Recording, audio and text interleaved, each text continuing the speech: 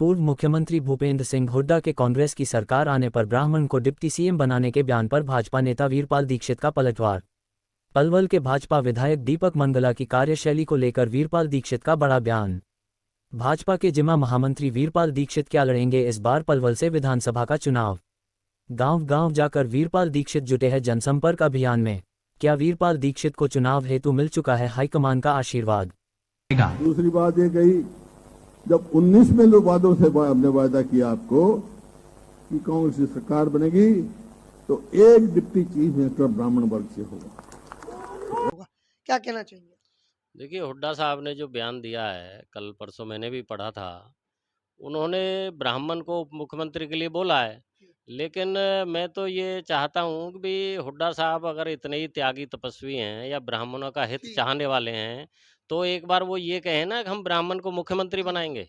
उनको मुख्यमंत्री बनाना चाहिए। अगर उनको किसी जाति पर आने की, मैं जाति को नहीं मानता, मैं तो सभी का समायोजन होना चाहिए और सभी को सम्मान मिलना चाहिए। अगर उनको इतना ब्राह्मणों के प्रति आदर सम्मान वो करना चाहते हैं तो फिर उप मुख्यमंत्री क्यों मुख्यमंत्री बनाएं। और फिर अब बनाएंगे, 10 साल उनके पास सत्ता रही तो 10 साल में क्यों नहीं उन्होंने बनाया। तो ये कोरे वादे। बात की जाए, भाजपा की सत्ता है, पलवल में भाजपा के विधायक है दीपक मंगला, मुख्यमंत्री जी के राजनीतिक सचिव भी रहे और 4 वर्ष विधायक बने हुए। किस तरीके से लेते हैं उनकी कार्यशैली को? देखिए, मंगला जी सज्जन व्यक्ति हैं और अपनी तरफ से पूरा प्रयास करते हैं, सरल स्वभाव है, लोग उनसे मिलते हैं, बदले की भावना से कोई काम नहीं करते और वो जितनी उनके अंदर समझ है, जितनी वो कोशिश करते हैं, अपना-अपना हर किसी का नज़रिया अलग होता है, तरीका अलग होता है। वो अपने तरीके से भरसक प्रयास कर रहे हैं।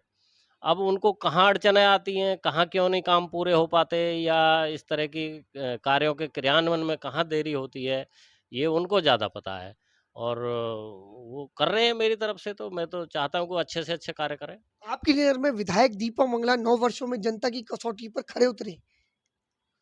नहीं, मैं अपनी नज़र से इसको कैसे कह दूँ? देखिए, ये जनता में आप पूछेंगे इस बात को जाकर के। मैं तो पार्टी का कार्यकर्ता हूँ। विधायक के नाते मैंने अभी बताया कि वो अपनी तरफ से जो भी उनके प्रयास हैं वो कर रहे हैं। अब ये तो आप जनता से पूछिए, एक भई वो खरे उतरे हैं, नहीं उतरे, जनता मान रही है, नहीं मान रही। निकुंजकर, इस समय आप देख रहे हैं पलवल की एक्सप्रेस न्यूज़। आज बात करेंगे, चर्चा करेंगे पलवल विधानसभा से भाजपा की टिकट के प्रबल दावेदार हैं पंडित वीरपाल किशनचंद दीक्षित। आइए जानते हैं क्या तैयारी है आगामी विधानसभा चुनाव को लेकर के, किस तरीके से जनता के बीच में जनसंपर्क अभियान के तहत वीरपाल दीक्षित जी इन दिनों लोगों के दिलों में छाए हुए। वीरपाल जी नमस्कार, आपका बहुत बहुत स्वागत है। नमस्कार भाई साहब। वीरपाल जी, पिछली बार भी राजनीतिक गलियारों में चर्चा रही कि वीरपाल दीक्षित जी की टिकट लगभग फाइनल हो चुकी है। 2 बार से लगातार संघर्ष कर रहे हैं भारतीय जनता पार्टी से टिकट के लिए। अब की बार फिर मौका आया है, चुनाव नजदीक है। क्या मानकर चलें कि वीरपाल दीक्षित इस बार चुनाव लड़ने के लिए पूरी तरीके से तैयार है? जी निकुंज जी, बिल्कुल, जो भी आपने बात कही वो सच्ची बात है। पिछली बार 2014 में भी मुझे पूरा भरोसा था कि मेरा नाम आएगा टिकट के लिए। लेकिन कोई बात नहीं, किस्मत की बात होती है, नहीं मिल पाई तो भी कोई बात नहीं, पार्टी के लिए हमने कार्य किया और 2019 में भी और 2014 में भी यही पोजीशन थी। तो दोनों बार मुझे नहीं मिला टिकट, पार्टी कैंडिडेट जो हमारे थे उनके साथ मैंने तन मन धन से काम किया और इस बार मुझे पूरी उम्मीद है कि मेरा नंबर आएगा। परमात्मा की कृपा होगी और संगठन की दृष्टि मेरे ऊपर होगी, मुझे ऐसा विश्वास है। वीरपाल जी, बात की जाए 9 साल पलवल का हरियाणा में और देश में भाजपा की सरकार, ट्रिपल इंजन की सरकार है। आप लोगों के बीच में जाते हैं, किस तरीके की आजकल दुख दुविधाओं का सामना लोगों को करना पड़ रहा है और किस तरह से वीरपाल जी लोगों के दुख में उनके सहायक बनकर उनकी समस्याओं का निवारण करा पा रहे हैं? देखिए निकुंज जी, कि अपना जो जनसंपर्क अभियान है या समाज में लोगों में मेल मिलाप है, वो केवल आज नहीं है। बहुत से लोग तो केवल चुनाव के टाइम पे भागते हैं और मैं जब बचपन में था, फिर जवान हुआ, मैं तभी से अपने पिताजी के साथ समाजों में आता जाता हूँ। और मैं कोई ऐसा भी नहीं है कि केवल चुनाव के लिए मैं आता जी। जाता हूँ।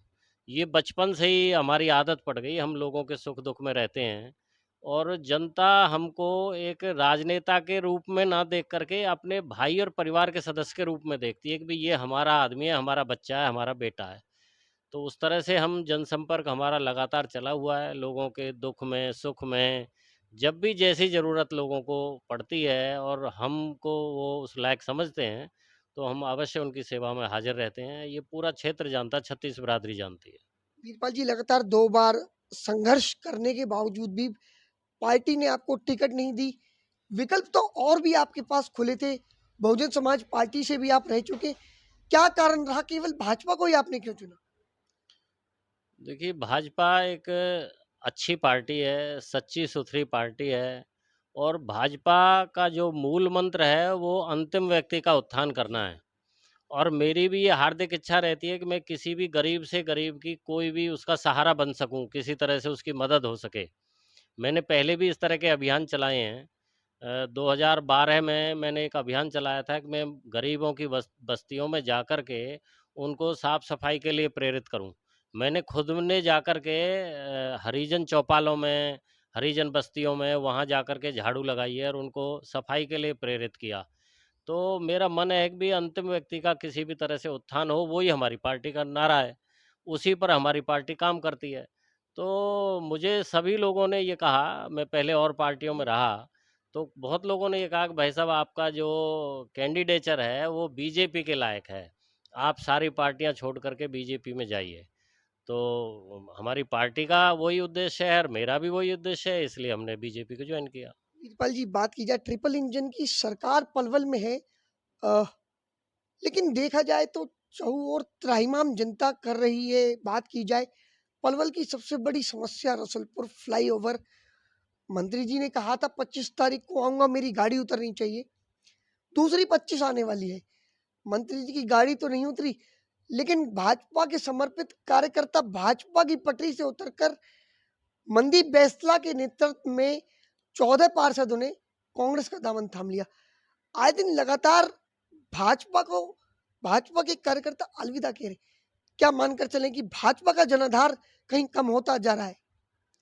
देखिए, आप बिल्कुल सही कह रहे हैं निकुंज जी, कि इस रसूलपुर वाले फ्लाईओवर से जनता बहुत दुखी है और ऐसा माहौल बनता जा रहा है, कुछ हमारे भी कार्यकर्ता जिस तरह से आपने नाम लिया और जनता भी, वहाँ के निवासी भी, जो हरिनगर के निवासी हैं, उस फ्लाईओवर के आसपास के निवासी हैं, उनके लिए जीना इतना दूभर हो रहा है कि उनकी परेशानियों का उन्हीं को पता है।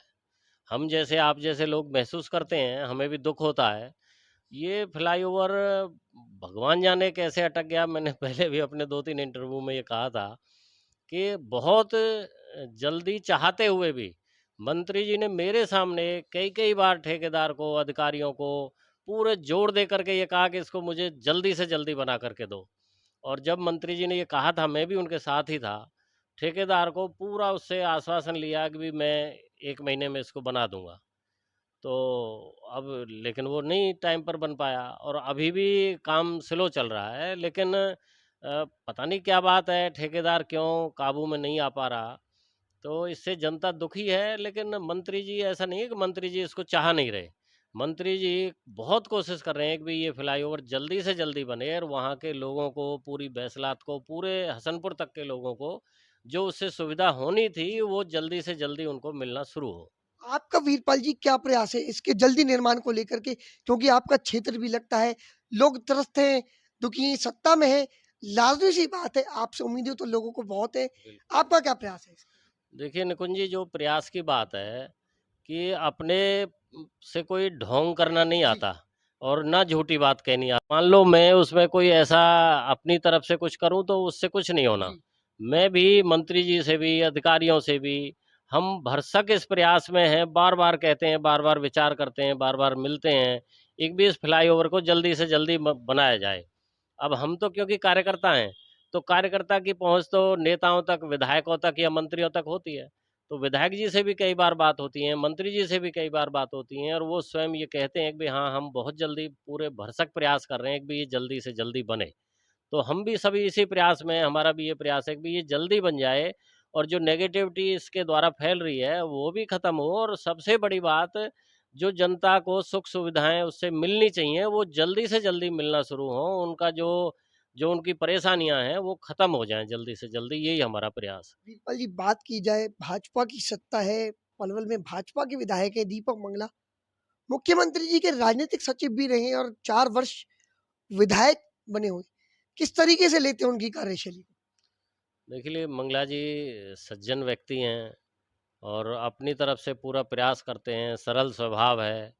लोग उनसे मिलते हैं, बदले की भावना से कोई काम नहीं करते और वो जितनी उनके अंदर समझ है, जितनी वो कोशिश करते हैं, अपना-अपना हर किसी का नज़रिया अलग होता है, तरीका अलग होता है।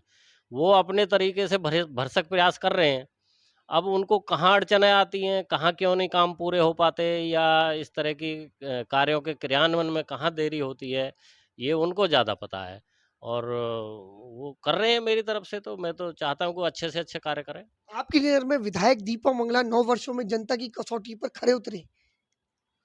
नहीं, मैं अपनी नज़र से इसको कैसे कह दूँ? देखिए, ये जनता में आप पूछेंगे इस बात को जाकर के। मैं तो पार्टी का कार्यकर्ता हूँ। विधायक के नाते मैंने अभी बताया कि वो अपनी तरफ से जो भी उनके प्रयास हैं, वो कर रहे हैं। अब ये तो आप जनता से पूछिए, एक भई वो खरे उतरे हैं, नहीं उतरे, जनता मान रही है, नहीं मान रही, ये जनता बताएगी। चलिए वीरपाल जी, आपको मौका मिलता है पलवल विधानसभा से प्रतिनिधित्व करने का। क्या उपलब्धियाँ क्षेत्र के लिए आपकी रहेंगी? क्या लोगों के लिए, आम जन के लिए, पलवल के लिए, विकास के लिए क्या काम वीरपाल दीक्षित द्वारा किए जाएँगे? आखिर ऐसा क्या हो? क्यों लोग वीरपाल दीक्षित को ही चुने? देखिए निकुंज जी, जो सरकार के कार्य होते हैं, बहुत सारी पॉलिसीज़ होती हैं, नीतियाँ होती हैं। अभी हमारे माननीय मुख्यमंत्री जी, मनोहर लाल खट्टर जी, अनेकों-अनेकों ऐसी नीतियाँ बना रहे हैं कि उनके द्वारा जनता को बहुत सुख-सुविधाएँ होनी है, अगर उनका अमल सही से हो जाए। अधिकारी, कर्मचारी अगर उनको सही से क्रियान्वित कर दें, तो एक जनप्रतिनिधि का जो काम होता है कि भी सरकार की नीतियों का नीचे अंतिम व्यक्ति तक पहुँचना और अधिकारियों द्वारा उसका क्रियान्वयन सही समय पर, सही तरीके से करना। तो ये काम होता है और जहाँ तक विकास की बात है, ये सब काम आपने कहा कि भी मुझे मुझे ही जनता क्यों चुने? मैं तो मेरे अंदर मेरे दिल में जो ख्वाब हैं, 30 28-30 साल से मैं इस प्रयास में हूँ। हमारे पिताजी पूरी समाज सेवा में उनकी ज़िंदगी पूरी हो गई, चले गए। तो मेरा तो ये प्रयास है कि भी परमात्मा अगर मुझे मौका देगा, जनता मेरे ऊपर मेहरबानी करेगी, पार्टी मुझे मौका देगी, तो मैं अपना जितना सर्वस्व है, वो सब लगा कर के जनता की वो सेवा करना चाहता हूँ। मैं ये दिखाना चाहता हूँ कि पिछले 25 सालों में कोई यहाँ से विधायक रहा, उसने जनता के लिए क्या-क्या किया, पिछले 10 सालों में कोई विधायक रहा, उसने क्या किया। उनकी एवज़ में मैं अपने आप को समर्पित होकर के जो काम करूँगा, तन जनता तब महसूस करेगी कि हाँ, कोई इस तरह भी से भी काम कर सकता है। वीरपाल जी, अंतिम सवाल, बात की जाए ब्राह्मण समाज की, तो कहीं न कहीं ब्राह्मण समाज सरकार में साझेदारी के लिए स्वयं को अपेक्षित महसूस कर रहा है। वहीं भूपेंद्र सिंह हुड्डा ने अभी एक बयान दिया है कि हमारी सरकार आती है तो ब्राह्मण उप मुख्यमंत्री होगा। क्या कहना चाहेंगे? देखिए, हुड्डा साहब ने जो बयान दिया है, कल-परसों मैंने भी पढ़ा था, उन्होंने ब्राह्मण को उप मुख्यमंत्री के लिए बोला है। लेकिन मैं तो ये चाहता हूँ कि भी हुड्डा साहब अगर इतने ही त्यागी तपस्वी हैं या ब्राह्मणों का हित जी, चाहने वाले हैं, तो एक बार वो ये कहें ना कि हम ब्राह्मण को मुख्यमंत्री जी। बनाएँगे। उनको मुख्यमंत्री बनाना चाहिए। अगर उनको किसी जाति पर आने की, मैं जाति को नहीं मानता। मैं तो सभी का समायोजन होना चाहिए और सभी को सम्मान सम्मान मिलना चाहिए। अगर उनको इतना ब्राह्मणों के प्रति आदर सम्मान वो करना चाहते हैं, तो फिर उप मुख्यमंत्री क्यों मुख्यमंत्री बनाएँ। और फिर अब बनाएँगे, 10 साल उनके पास सत्ता रही, तो 10 साल में क्यों नहीं उन्होंने बनाया? तो ये कोरे वादे हैं, उनको पता है कि भी किसी भी तरह से ऐसे लुभावने वादे दो ताकि जनता आपकी तरफ आकर्षित हो। उनको पता है कि जनता आकर्षित होनी नहीं है, इसलिए वो तरह-तरह के मुद्दे बना करके जनता में ला रहे हैं, तो वो लाते रहें, विपक्ष कुछ भी करते रहे, उससे कोई फ़र्क नहीं पड़ता। चलिए, ये तो थे हमारे साथ भारतीय जनता पार्टी से वीरपाल दीक्षित।